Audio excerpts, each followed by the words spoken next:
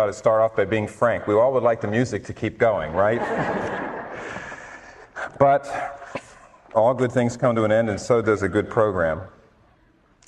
I would like to talk to you tonight, and after I'm done with my explanation of the Christian faith, there's going to be a musical interlude, and then we have a mic here and a mic here, and after that musical interlude, we're going to have, hopefully, about 15-20 minutes in which if you have questions you'd like to ask me, come on down and use the mic.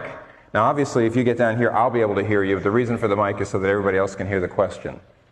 And we'll have 15-20 minutes at least in which you can come and talk back to me. What I'd like to present this thesis. Miguel de Cervantes, Albert Camus, Aldous Huxley, Tolstoy, Voltaire, Shakespeare, Jesus Christ, they all have one thing in common. They all have one message in common.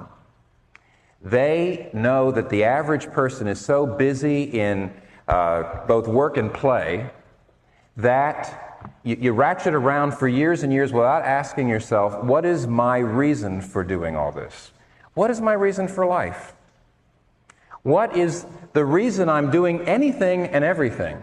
What's my whole life about? Or, put it another way, when all is said and done, what will I have really accomplished? Why am I getting up in the morning? What's my reason for life? What do they all have in common? They all know they're all great thinkers. And all the great thinkers realize that most of us run around and we're afraid to ask that question. What am I really getting to? What am I really accomplishing? What's my reason for doing things?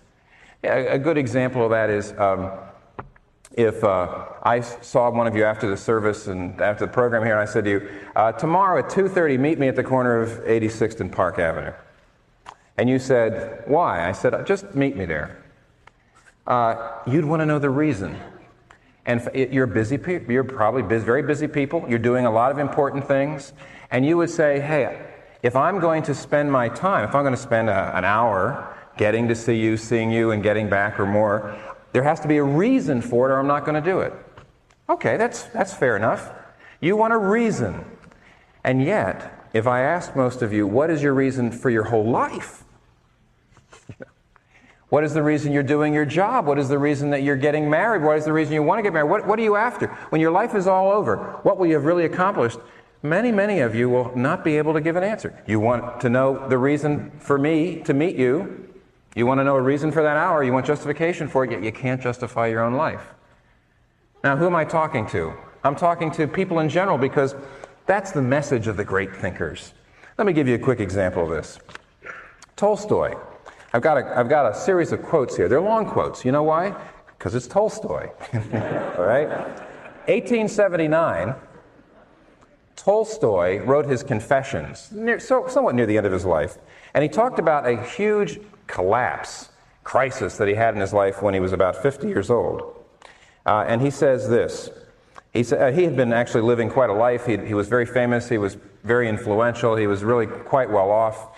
And he'd been caught up in celebrity wealth activities and so on. And suddenly he just crashed. Wasn't a midlife crisis. You might have said it was depression, but it wasn't because of the particular circumstances of his life. He crashed and got depressed because he had time to stand back and look at the general circumstances of human life. And he writes this. He says, the question brought me to the edge of the abyss when I was 50 years old. And the question is this: what will come of what I do today and tomorrow? What will come of my entire life? Or, expressed differently, why should I live? Why should I wish for anything or do anything? Or, to put it another way, is there any meaning in my life that will not be destroyed by my inevitably approaching death? And then he goes on, my deeds, whatever they may be, will be forgotten sooner or later, and I myself will be no more. Why then do anything? I therefore could not attach a rational meaning to a single act of my entire life. The only thing that amazed me was how I had failed to realize this from the very beginning. How can anyone fail to see this? That's what is amazing. I'm still quoting Tolstoy now, okay? It's not me. I'm not trying to... Okay? how could anybody fail to see this? He says, I was 50 years old before I sat down and said, I can't attach any meaning to what I'm doing. I've never sat back and thought, what good is it going to do? Okay. Let me keep going. That's what is amazing. It's possible to live as long as life intoxicates us. But once we're sober, we cannot help seeing it's all a delusion. There's nothing funny or witty about it at all. It's only cruel and stupid. Now somebody says, Tolstoy, an artist, gloomy. Go ahead.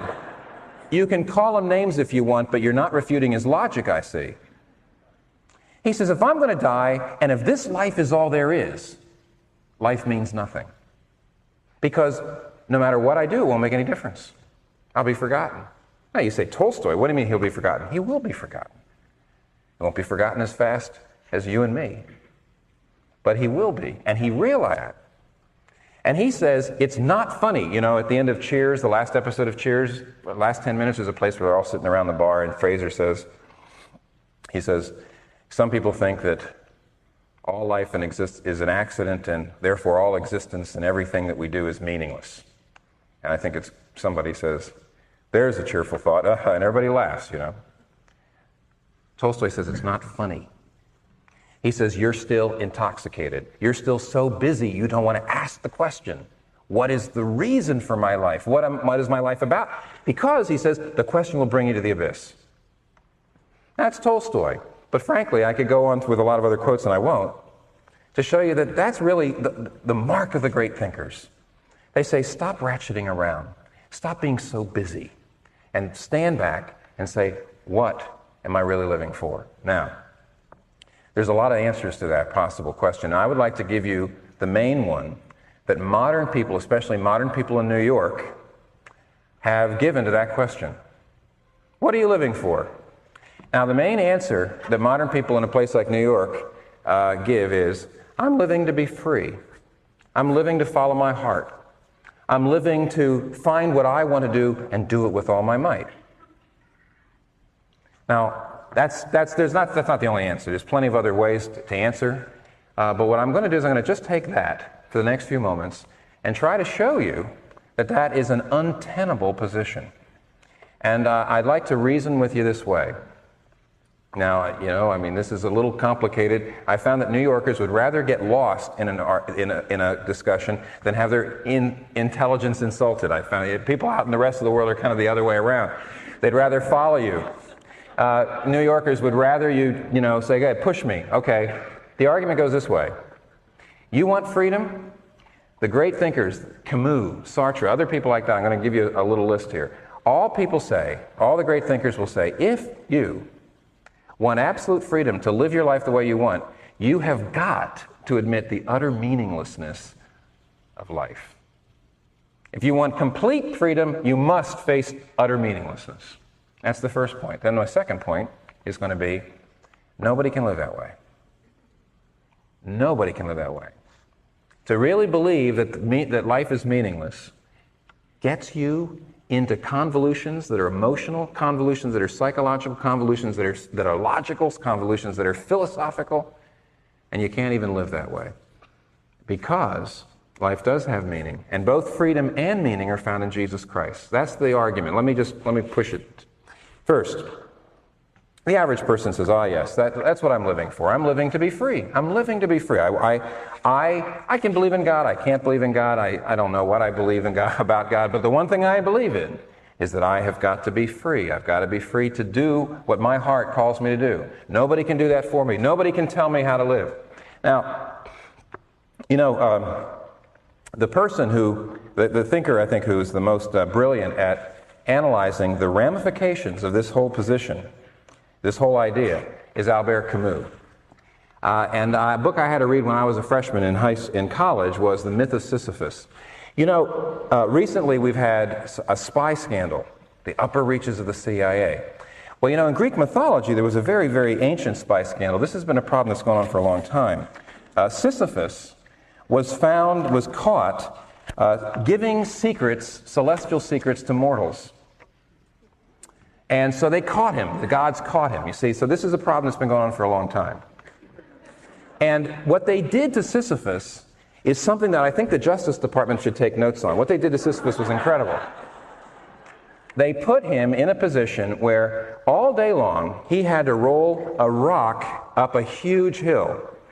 All day long he'd roll it and roll it and roll it, and just before he got to the top, 10 feet from the top, always, every day, at the end of every day, the rock would full back, no matter what he did, and roll back to the base of the hill. And the next day he had to turn around and start rolling it back up again and go on endlessly and endlessly and endlessly forever. Now, I think if the Justice Department's going to do that, they need to update a little bit. My suggestion is that you chain a person to a personal computer, that you make this spy, in this case, make the man, I guess it's only the man, right? Not the man and the woman. But anyway, you make the man do data entry, data input all day. And at 10 minutes before quitting time, every day, the computer crashes. And next day you have to do it again. Start with page 1. But the point of the myth and the joke, hell is having to execute a pointless act from which nothing ever comes. Hell is having to execute a pointless act from which nothing ever comes except the need to do it again. That's hell. And in the myth of Sisyphus, Albert Camus is honest enough to say this. He says, we modern people believe in absolute freedom. Many of us don't believe in God at all. Many of us don't believe in a God that you can know. In other words, modern people generally either believe in no God or they believe there's no God you can really know. And therefore, we believe in no God or no God you can really know because we believe in freedom. If there was a God, and if there was a God that we could know, who told us how we had to live, and who gave us the rules and the regulations, well, then we wouldn't be free. But because we believe in freedom, and because we don't believe in the traditional views of God and so on, because we don't believe in God, we're free. But if we're free, we're all like Sisyphus. And I remember very, very clearly the basic argument of the book. I remember I had to read it and we had to discuss it in freshman class, and it was really quite stunning. But basically it went like this. Camus was saying, all right, think about it this way. Once you realize that you're free, because this life is all there is, there's no heaven, there's no hell, there's no eternal being and so on, you have to realize then that nothing you do makes any difference. Let's just say you decide you're going to live a very compassionate life. Let's just say you're going to this person over here decides they're going to live lives of violence and oppression. Don't you realize in the end, when you die, you rot? Ah, yes, well, but your deeds live on. Yeah, for a little while. But don't you realize the 3 or 4 billion years in which organic life is going to live on this planet is just an eye blink. Just a infinitesimal moment in relationship to the oceans of dead time that precede and that come after. In the end, the universe is going to burn up. In the end, nothing is going to make any difference. See, this is what Tolstoy realized. In the end, what you do and how you live makes not one whit of difference.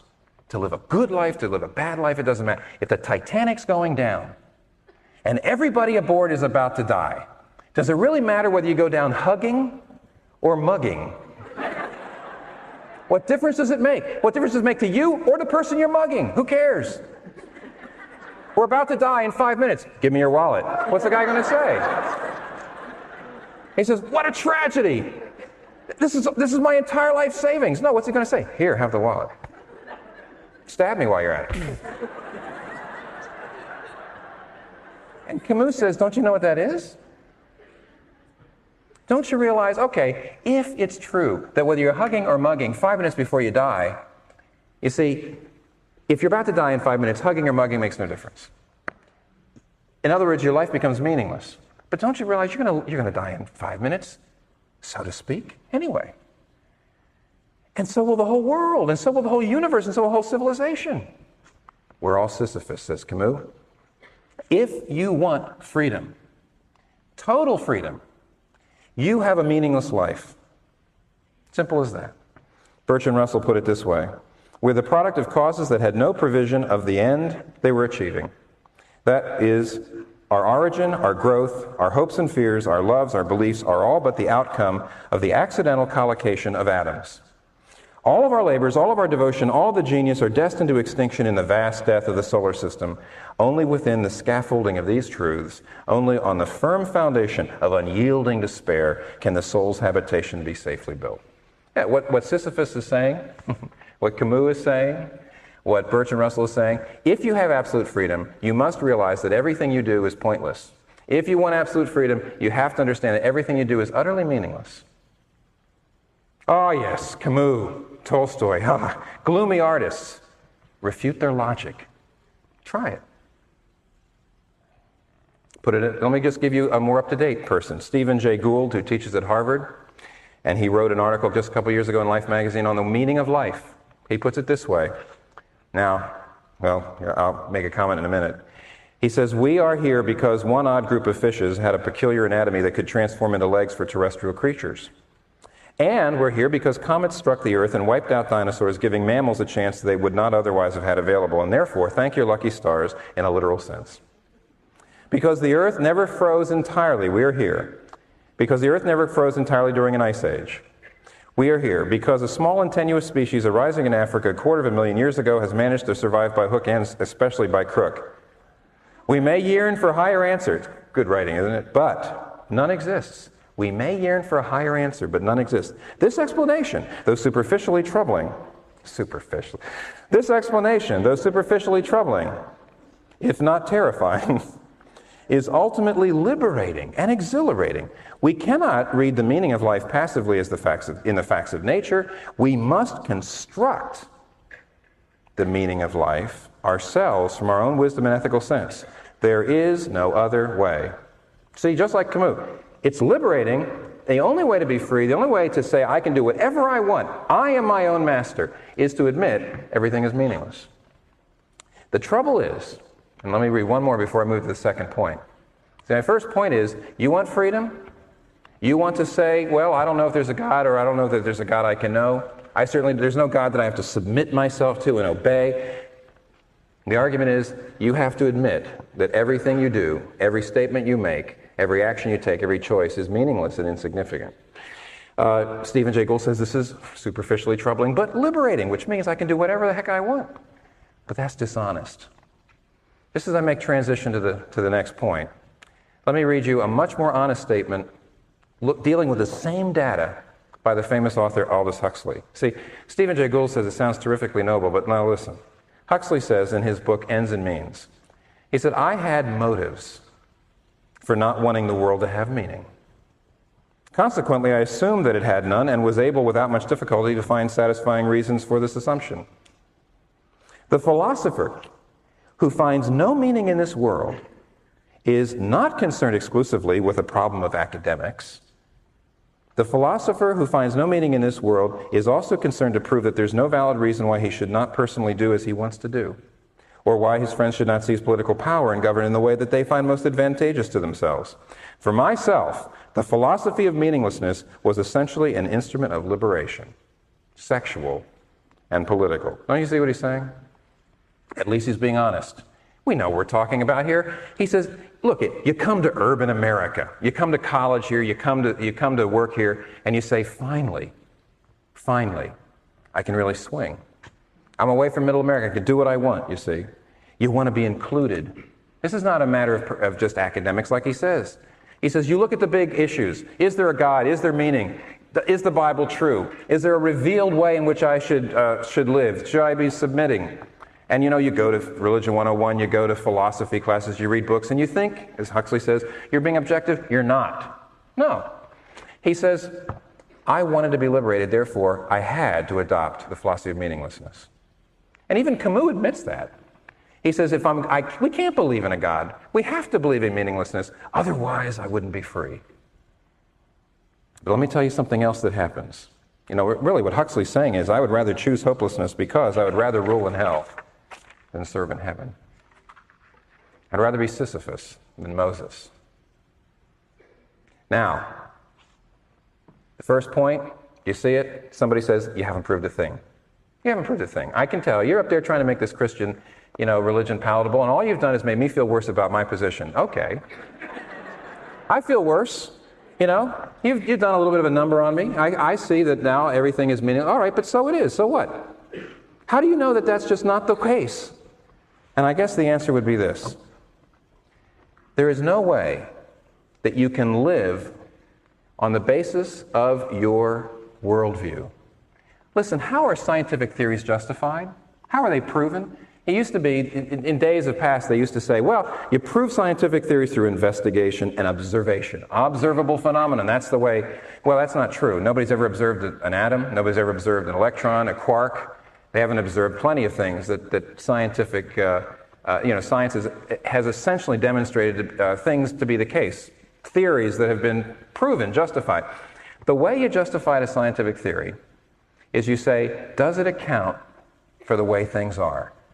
And without it, do we find that there's no way to account for the way things are?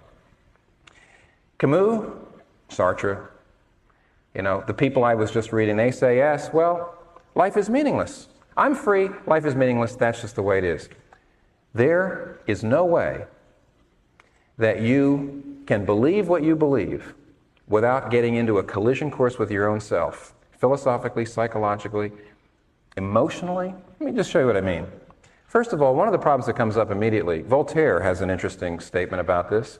Voltaire says, he says, the doctrine of meaninglessness doesn't quite work. He says, I am a puny part of a great whole, yes, but all sentient beings suffer like me, and yet like me, they also die. However, what is the verdict and he says, what is the verdict of the vastest mind? He's talking about the universe silence. The book of fate is close to us. Man is a stranger to his own research. He knows not whence he comes, nor whither he goes. Tormented atoms in a bed of mud. Boy, that's a great line. That's what you are. Tormented atoms in a bed of mud, devoured by death, a mockery of fate. But then he says, but all things, all living things suffer like me and also die, but I'm the only one that's bothered by it. He says, we're such a puny part of the universe, and I'm the only one. Why do human beings get so bothered by the idea of meaninglessness? Why do we get so upset about it? I look at my cat. She's a sentient being. She's a very puny part of the whole. Doesn't seem to bother her like it bothers me. We're supposed to be the most informed of the species. It bothers us. Why?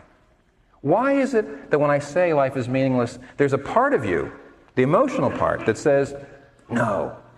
But if you want to be absolutely free, the intellectual part of you has to say, yes, I guess that's true. Don't you see already? Intellectually, you're on a collision course with what you know. Life can't be meaningless. There is purpose. Well, you say that you haven't proven it. Let me go a little further. One of the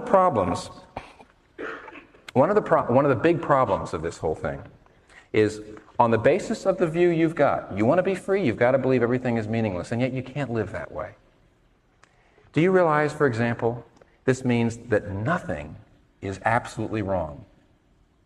If I say, is rape always wrong? Well, yes, you say it's always wrong. What do you mean it's always wrong? Where do you get this idea of being wrong? Where do you get the whole idea of right and wrong? It's totally subjective. Maybe you can say it hurts, but how can you say it's wrong? Is violence always wrong? Well, I don't know. Is oppression always wrong? I don't know. Yes, you do. But you see, you don't have a basis for saying so. Sartre had one little maxim. It is forbidden to forbid. It's a great maxim. I mean, at least, when you're new in college, you get a hold of that one. And you say, look at that. Life is meaningless. We're free. Authentic freedom, you see. Existentialism, right? Existence precedes essence. I can construct who I want to be. I live in absolute authentic freedom. The only thing that's forbidden is to forbid. Wait a minute. You said you can't forbid anything. How can you forbid me to forbid? On what basis do you say that I should be forbidding? I shouldn't forbid you. When somebody comes up to and says, all religions are relative, all truth is relative. You can't say that your religion is right, so you must stop trying to convert people. And what's the answer to that? Say, you're trying to convert me. What do you mean? You're insisting that your view of truth, that all truth is relative, is right. And you don't want me to try to convert people. You think that's a very bad thing. Where do you get the idea of bad? You say you shouldn't forbid anything except to forbid, but you can't forbid me to forbid. You've got no basis on which to go. You're on a collision course with yourself. There's a guy named G.K. Chesterton who years ago wrote about the real problem of the philosophy that, everything is relative and all life is meaningless. He put it this way. He says, the new rebel in our time is a skeptic and will not entirely trust anything, and therefore he has no loyalty and he can't even be a revolutionary. Now listen. The fact that he doubts everything, and he must doubt everything, bars his way when he wants to denounce anything. For all denunciation implies a moral doctrine, and you can't believe in a moral doctrine if all things are meaningless. The modern revolutionary doubts not only the institution he denounces, but the doctrine of moral truth by which he denounces it. As a politician, he will cry out that war is a waste of life, yet as a philosopher, he has to admit that all life is a waste of time. A Russian philosopher denounces a policeman for killing a peasant, and then in his other writings proves that by the highest philosophical theory that the peasant should have killed himself. A scientist goes to a political meeting where he complains that we are treating native peoples as beasts, and then he goes to a scientific meeting where he proves that we are beasts. In short, the modern revolutionary, being an infinite skeptic, which he must be, is always engaged in undermining his own minds. In his book on politics, he attacks persons for trampling on morality, but in his book on ethics, he attacks morality for trampling on persons. Therefore, the modern rebel has become practically useless for all purposes of revolt. By rebelling against everything, he has lost his right to rebel against anything. In the same chapter, Chesterton says, there's a kind of thought that stops thought, and that is the only kind of thought that ought to be stopped. And the thought that we are absolutely free, that there is no God, that everything is meaningless, is the only thought that stops thought. You can't even begin to talk. As soon as you say everything is meaningless, I have to ask you the question, is that a meaningful statement? Do you expect me to understand it? Are you trying to convince me of something? Are you trying to show me that it's true? C.S. Lewis puts it this way. If there's no answers, if there's no creator, if there's nothing that's really true, when you're in love, you must remember that only a psychopharmacological reaction in your brain is happening. There's no such thing as love. You may enjoy music, but you have to realize it's only a biological reaction. Beauty and ugliness, cruelty and compassion, totally subjective, not real, all in my brain synapses. And then he says, you may still, believing this, in the lowest sense, have a good time, but just insofar as it becomes a very good time. Just insofar as it ever threatens to push you out from cold and pure sensuality into real warmth and enthusiasm and joy. To that extent, you will be forced to feel the hopeless disharmony between your own emotions and the universe in which you really live. See, the only way to enjoy flowers and love is to not think. You want to be free, and you have got to have a worldview that cannot account for how things are. Don't you see? If you start with a premise, I'm free and there's really no God or no God you can know, and on the basis of the premise, you have to conclude there's no such thing as evil when you know there is such a thing as evil. You have to conclude there's no such thing as love when you know there's such a thing as love. You have to conclude that human beings are no different than rocks when you know there's a difference between human beings. If you start with a premise and you come to false conclusions, why the heck won't you conclude that the premise was wrong? Why not think about the premise? Why not go back to it? That never happened to me before. Well, actually, it's never happened to me before in a white church, I must admit, but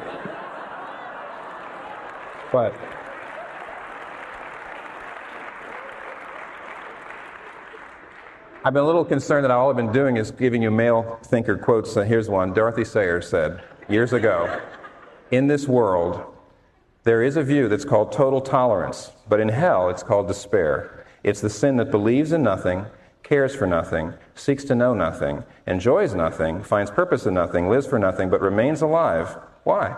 Because there's nothing for which it could die. Now, in the passage, no freedom, no total freedom without losing all your meaning. But there's a solution. The passage that was read by Bruce just before I came on says, in the beginning was the Word. Now, when the gospel writer John wrote that, he was writing in Greek. And in the Greek, he used a word that was absolutely and totally loaded. He used the word logos, from which we get our word logic, but that's not the right translation. The word logos was an absolutely philosophically loaded term at the time because it should be translated the reason for life. See, the Greeks argued over something. The word logos meant, what is the reason for something? Example, if you see somebody trying to pop popcorn in an espresso maker, you go to them and you say, all right, let me explain to you why the popcorn is of such poor quality. You don't know the purpose, the telos, the logos, these are all the Greek philosophical terms. You don't know what the design of that thing was. It wasn't built to make popcorn, it was built to make espresso. And you see, if you use something and you don't honor its logos, its reason for existence, its design, what the designer put into it, if you don't honor it, it can't reach its potential. Let me go one step further. If you see somebody cooking weenies on a space heater in their apartment, you better say, don't do that. That's not what it was built for, and in this case, it'll be dangerous. You could burn down the place. Well, the Greeks said, you know what? If when you find the reason, the purpose for an object, it reaches its potential, and of course, we reach wholeness and potentiality, what if we found the reason for life? If we found out the reason why we were created, why we were designed, and we conformed to that and honored that, we'd be free. We'd reach all of our potential. And the Greek philosophy groups went back and forth for a number of years trying to say, this is the reason for life, this is the reason for life. By the time of Jesus Christ, the Greek philosophical schools had gone into utter despair. They couldn't agree. And basically people started to say there is no reason for life. There's no logos. And of course that began to sift down into the culture. Because you see, when there's no reason for life, when everything is meaningless, the culture falls apart because you start to say, who's to say what's right and wrong? Why make a contribution? Why love my neighbor? And along comes John. And he drops this unbelievable bombshell and he says, there is a logos. If there's a design, there's a designer. We know there's a design. And if there's a designer, the logos has come. I can show you what the reason for life is, but it's not an abstract philosophical principle. It's a person. The designer has punched a hole in the roof of the world and he has descended. And you were built not just to honor some philosophical principle, but you were built to know and love this divine personage. And that when you know him and when you serve him and when you love him and when you find out what he built you for and when you comply with it and you submit yourself to him, you find out who you are. You know, if you have a sailboat, you sail on the water and you sail into the wind at the right angle and you soar. And would you ever say, in the name of absolute freedom, I am going to sail my sailboat down Broadway? Well, otherwise I'm not free. You would never dishonor the design of your sailboat to do that, because by dishonoring its design, its logos, you destroy it. And that's what's happening to anybody who doesn't know and love the logos. Jesus Christ. What's your alternative to John's claim? The alternative is go manufacture your own logos. But what is it going to be? What is your purpose? What is your reason for life? Your beauty? You'll wrinkle. Competition? Somebody will come along and do a better job. In the end, you'll end up staring into the fire. Because no matter what your chosen logos is, it'll never help you answer the questions we've been talking about tonight. It'll not help you face death. In the beginning was the reason for life, and he was with God. And that reason for life became a human being and dwelled among us, and we beheld his glory, glory as of the only begotten of the Father, full of grace and truth. Let me pray to finish. Father, we ask that you'd help us to understand these things and apply them to our lives, and we ask that you would answer this request through the agency of your Holy Spirit in our hearts and through Jesus Christ. It's in his name we pray. Amen.